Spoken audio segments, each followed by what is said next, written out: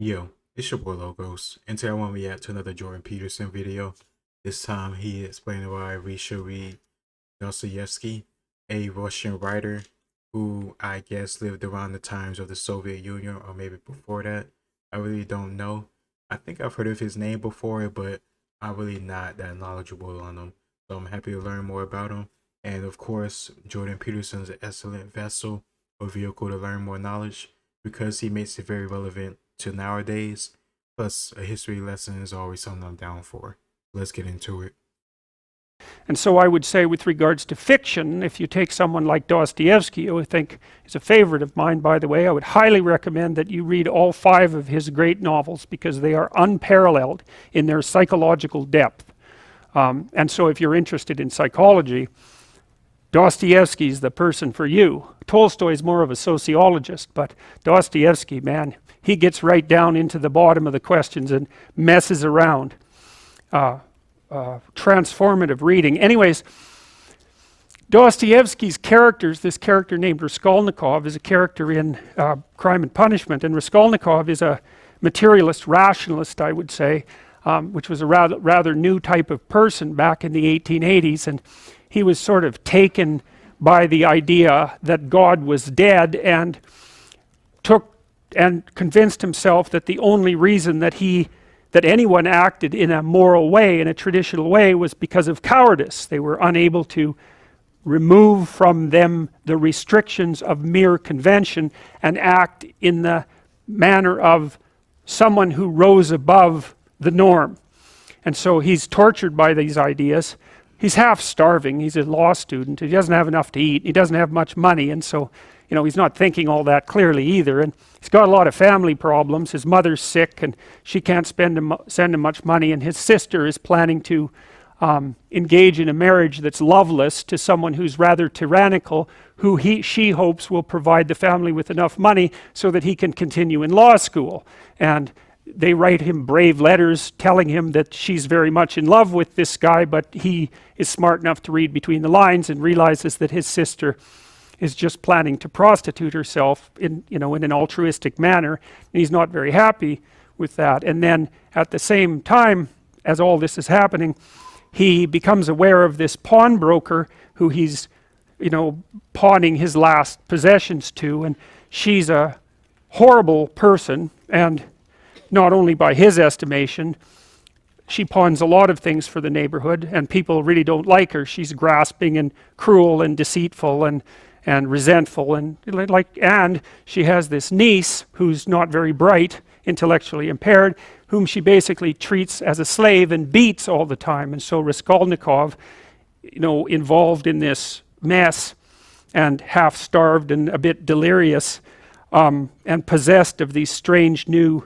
nihilistic ideas, decides that the best way out of this situation would be just to kill the pawnbroker, take her wealth, which all she does is keep it in a chest, free the niece, so that seems like a good idea. So remove one apparently horrible and useless person from the world, free his sister from the necessity of this loveless marriage, and allow him to go to law school where he can become educated and do some good for the world. So one of the things that's lovely about Dostoyevsky is that sometimes when one person is arguing against another, or when they're having an argument in their head, they make their opponent into a straw man, which is basically they take their opponent and caricature their perspective and try to make it as weak as possible and laugh about it, and then they come up with their argument and destroy the straw man and feel that they've obtained victory. But it's a very pathetic way of thinking. It's not thinking at all. What thinking is when you adopt the opposite position from your suppositions and you make that argument as strong as you can possibly make it, and then you pit your perspective against that strong iron man, not the straw man, and you argue it out, you battle it out. And that's what Dostoyevsky does in his novels. I mean, the people who stand for the antithesis of what Dostoyevsky actually believes are often the strongest, smartest, and sometimes most admirable people in the book.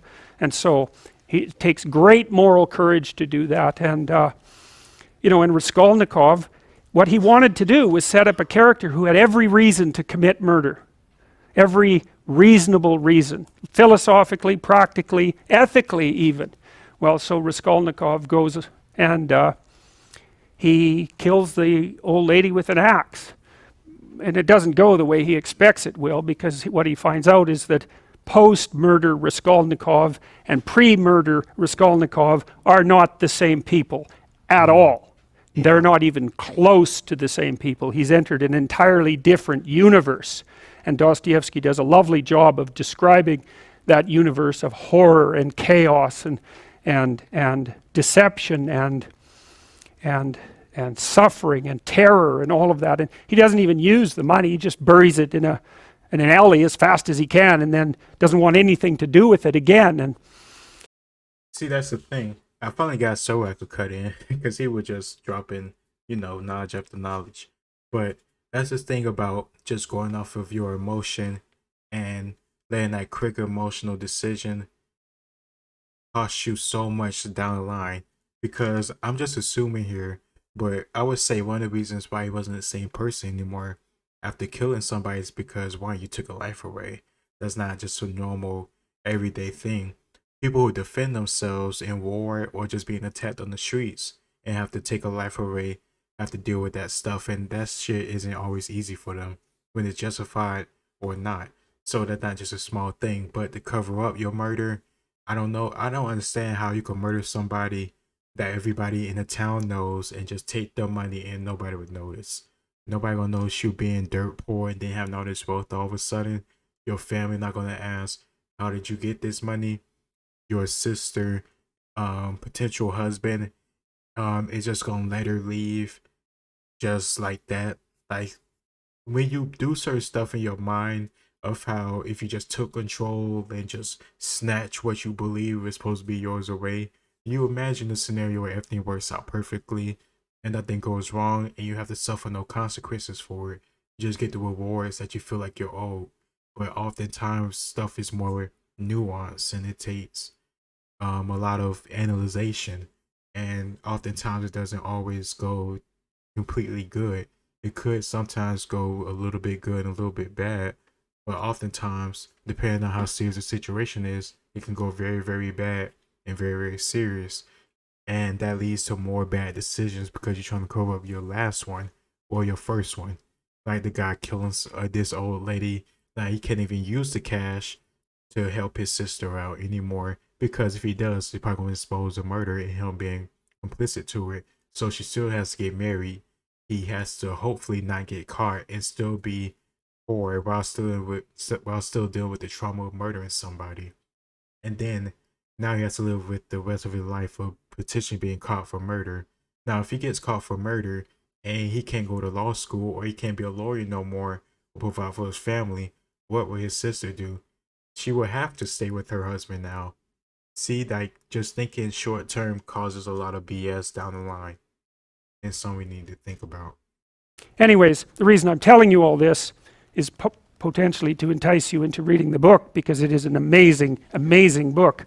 But also because you might say, well, is what happened to Raskolnikov true? Are the stories in that book true? And the answer to that is, well, from a factual perspective, clearly they're untrue. But then if you think of Raskolnikov as the embodiment of a particular type of person who lived at that time, and the embodiment of a certain kind of ideology which had swept across Europe and really invaded Russia, and which was actually a precursor, a philosophical precursor to the Russian Revolution.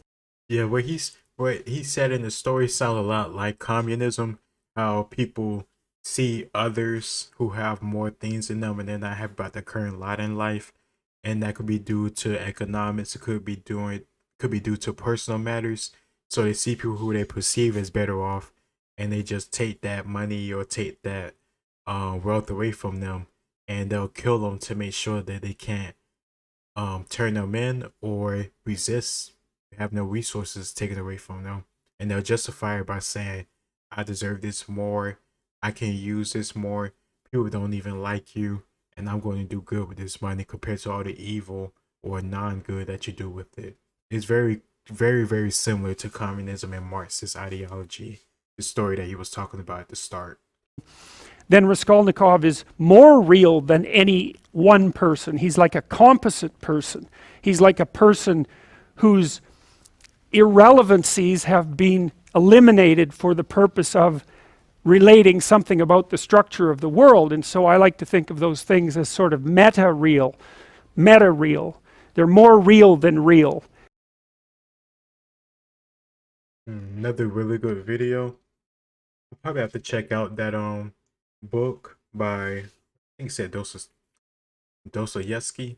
Yeah, I know I fucked that up. Motherfucking Russian pronunciation is as good as my like Italian Roman pronunciation. But either way, he sounds like a very good book and a very interesting look into psychology.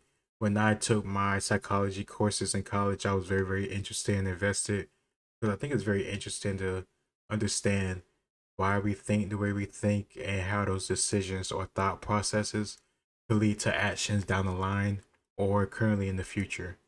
I don't know, it doesn't matter. Knowledge in of itself is just valuable to have because it can influence your position or decisions in a good or a negative way.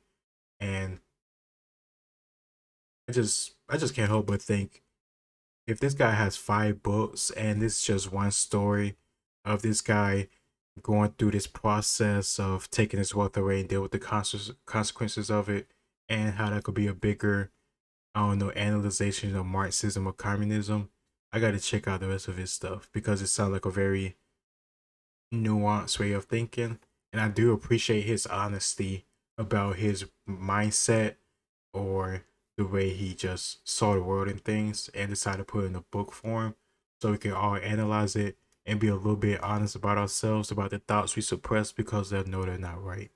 But that's just my opinion. It's your boy Logos, and I'll talk to y'all next time.